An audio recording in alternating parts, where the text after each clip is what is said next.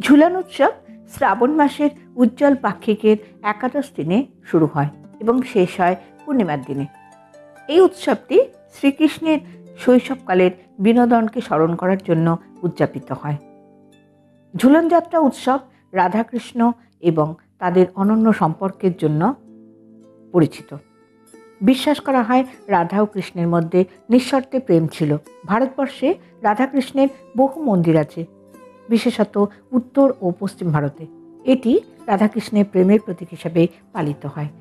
ঝুলন যাত্রা উৎসবে ভগবান শ্রীকৃষ্ণ তার যৌবনকালে বৃন্দাবনে যে খেলাগুলি খেলেছিলেন তার উদযাপন করা হয় এই ঝুলন উৎসবের মাধ্যমে। এই উৎসবের সময় সুন্দরভাবে সজ্জিত দোলনা তৈরি করা হয়। সেই দোলনায় রাধাকৃষ্ণকে বসিয়ে দোল দেওয়া হয়। ভক্তরা সঙ্গীত এবং নৃত্যের সাথে সাথে দোলনাটি এদিক ওদিক ঘোরায়। ভক্তরা ভগবান কৃষ্ণের নানা স্তোত্রপাঠ এবং গান গাইতেন। তখন দেবতার উদ্দেশ্যে বিশেষ খাদ্য নিবেদন করা হয় এবং মঙ্গল আরতি করা হয়। শ্রাবণ মাসে এটি 4-5 দিন ধরে ধুমধাম করে চলে। হোলি ও জন্মাষ্টমীর পরে বৈষ্ণবদের সবচেয়ে বড় জনপ্রিয় উৎসব হলো এই ঝুলন যাত্রা উৎসব। দোলনা হলো ভগবান কৃষ্ণ এবং রাধার মজা এবং প্রেমময় মুহূর্তের প্রতীক। এটি বর্ষাকালে আনন্দ, ভালোবাসা এবং ভক্তি প্রকাশ করে।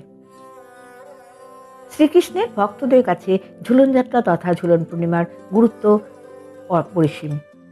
অনেকেই ঝুলন বাড়িতে পালন করে থাকেন। এই দিনে পূজা পাঠ ছাড়াও কিছু নিয়ম আমাদের পালন করা উচিত। শ্রীকৃষ্ণের পছন্দের নৈবেদ্য দিয়ে পুজো করুন। ঝুলনের দিনগুলিতে গীতা পাঠ করুন, ভক্তিমূলক গান, কৃষ্ণ রাধার ভজন করুন। সামর্থ্য থাকলে শিশুদের পছন্দ মতো খাবার দিন এবং উপহার দিন। তাদের দোলনায় দোলাতেও পারেন। এই দিনগুলিতে রাধাকৃষ্ণ ও গোপালকে পঞ্চামৃত দিয়ে অভিষেক করান এবং ঝুলন পূর্ণিমা থাকা পর্যন্ত ওনাদের দোলনায় দোল দিন। ঝুলন পবিত্র রূপিণী একাদশীর দিন শুরু হবে। আগামী 18ই শ্রাবণ 4 আগস্ট সোমবার ঝুলন যাত্রা আরম্ভ এবং শেষ হবে 22শে শ্রাবণ 8ই আগস্ট শুক্রবার। তবে পূর্ণিমা তিথি শনিবার 1:42 পর্যন্ত আছে। ওই দিনও অনেকে ঝুলন শেষ করবে। ওই দিন রাখি পূর্ণিমা পালিত হবে। ভিডিওটি শুনে যদি আপনাদের ভালো লাগে তাহলে একটি লাইক দিয়ে অবশ্যই চ্যানেলটিকে সাবস্ক্রাইব করবার অনুরোধ রইল।